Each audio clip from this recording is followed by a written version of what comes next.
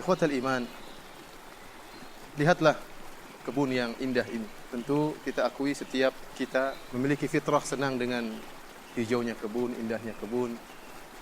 Oleh karenanya kita dapati Allah Subhanahu wa taala dalam Al-Qur'an tatkala menyebutkan tentang ganjaran yang Allah berikan kepada penghuni surga, Allah sering menyebutkan tentang kebun, tentang pohon-pohon yang rindang yang Allah sebutkan dalam Al-Qur'an, jannat, surga-surga, ya, yang mengalir di bawahnya sungai-sungai, kata Allah Subhanahu wa taala. Karena memang kita harus akui kita senang dengan keindahan kebun, hijaunya, rindangnya pohon.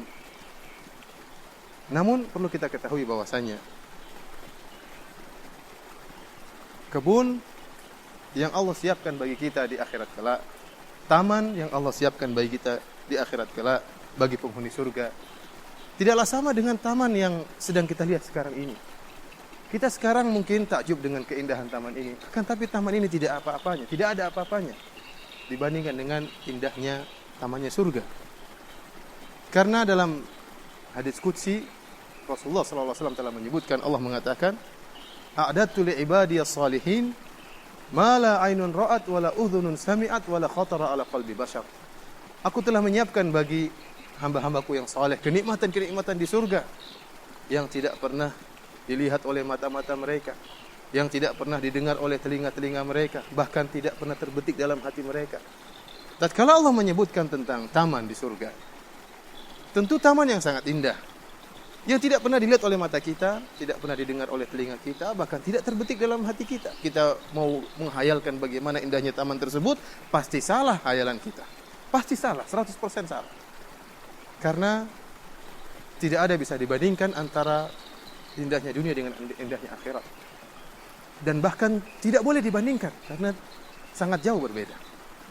Ikhwatal iman, saudara-saudaraku seiman, saya ambil contoh tatkala Nabi SAW menyebutkan tentang ada pohon di surga. Yaitu pohon yang sangat lebat. Kemudian kalau seandainya kata Nabi SAW, yasirur rakib, ada seorang yang naik kendaraan, naik tunggangannya, berjalan selama 100 tahun, berjalan di bawah naungan pohon tersebut, maka dia belum sampai pada ujung pohon tersebut. Dan dalam hadis-hadis yang sahih disebutkan bahwasanya batang-batang pohon tersebut terbuat dari emas.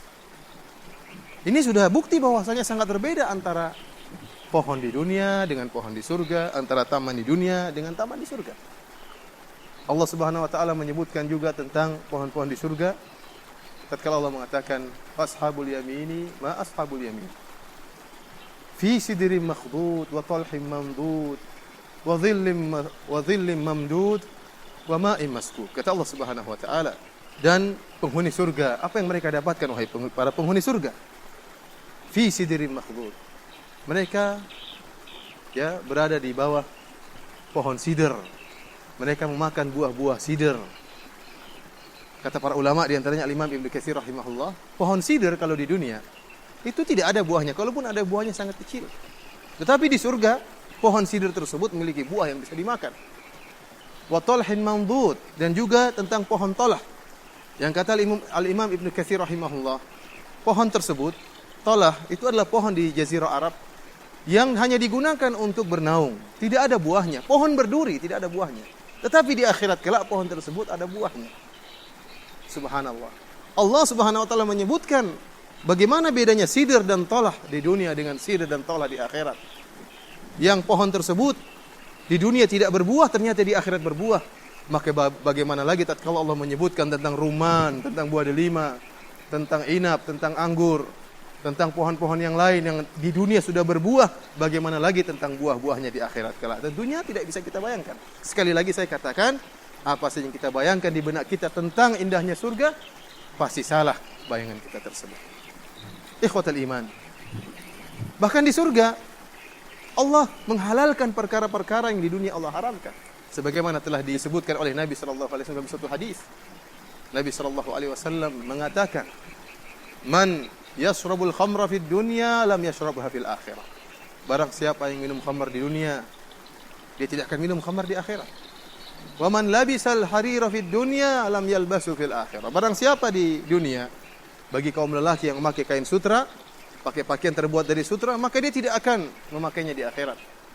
Wa man syariba bi aniyatil fiddah adh-dhahabi wal fiddah lam yashrab biha fid dunya wal fil akhirah. Barang siapa yang di dunia dia minum dari bejana yang terbuat dari emas dan perak, maka dia tidak akan minum dengan bejana tersebut di akhirat.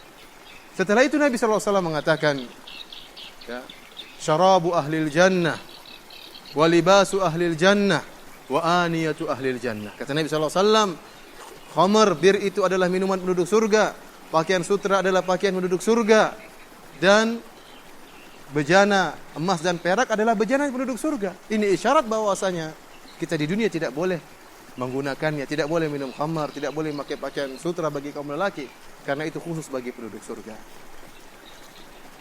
Ternyata di surga perkara-perkara yang haram dihalalkan oleh Allah Subhanahu wa taala. Kemudian kalau kita berbicara tentang khamar, tentang birnya surga dengan birnya dunia, jauh berbeda. Semuanya berbeda antara bir dan akhirat, semuanya berbeda. Apa kata Ibnu Abbas radhiyallahu ta'ala anhuma? Laisa fil jannah mimma fid dunya illa asma. Apa yang ada di surga dengan apa yang di dunia yang sama hanyalah nama. Hakikatnya berbeda. Kita berbicara tentang khamar. Allah Subhanahu wa taala menghalalkan khamar di surga, bir di surga. Bahkan Allah membuat sungai yang terbuat dari bir. Anharun min khamrin ladzatil lisyaribin. Kata Allah Subhanahu wa taala, sungai-sungai yang mengalirkan bir-bir, khamar-khamar. Penduduk surga bisa berenang di sungai khamar tersebut. Bukan sungainya seperti ini, bukan airnya seperti ini, tidak. Di sana ada sungai khamar, ada sungai laban, sungai susu, ada sungai madu. Khamar yang sedang kita bicarakan berbeda pula. Kalau kita minum khamar di dunia akan menimbulkan banyak masalah. Kepala kita pening, perut kita sakit, kemudian menimbulkan penyakit-penyakit setelahnya. Kemudian bahkan kita bisa berbicara secara ngawur, bisa melakukan hal-hal yang di luar dari kesadaran kita. Sampai-sampai seorang ahli tafsir menyebutkan bagaimana buruknya perilaku seorang yang setelah minum bir. Ada seorang, dia minum bir. Setelah dia minum bir, kemudian dia buang air kecil. Setelah dia buang air kecil, kemudian dia berwudu dengan air kecil yang tadi dia, air kecilnya sendiri. Kemudian setelah dia berwudu dengan air kencingnya, kemudian dia berkata, Alhamdulilladzi adhaba annal adha. Segala puji bagi Allah yang telah menghilangkan kotoran dari tubuh saya. Padahal dia baru mengusapkan air kencing di tubuhnya. Ini perbuatan orang yang minum bir di dunia. Tapi di akhirat tidak. Kata Allah Subhanahu wa taala, la yusaddauna anha wa la yunzifun. Orang yang minum khamar tidak akan pening, tidak akan pusing. Ya. Tidak akan mabuk, kata Allah Subhanahu wa taala. Mereka berebut-rebutan minum khamar. La lagum fiha wa la ta'thim. Sama sekali mereka tidak mengucapkan kata-kata yang sia-sia setelah minum khamar. Bahkan tidak mengucapkan kata-kata dosa. Kenapa? Meskipun mereka minum khamar, meskipun mereka berlezat-lezat dengan khamar, akan tapi tidak sama antara khamar dunia dengan khamar akhirat. Karenanya, ikhwatal iman, ini hanya sekedar sedikit cuplikan dari kenikmatan surga yang tidak bisa dibandingkan antara dunia dengan akhirat. Dan kita akan berbicara insyaallah selanjutnya tentang kenikmatan yang lain, tentang bidadari yang Allah sediakan bagi para penghuni surga. Sampai bersua kembali. Wabillahi taufiq wal hidayah. Assalamualaikum warahmatullahi wabarakatuh.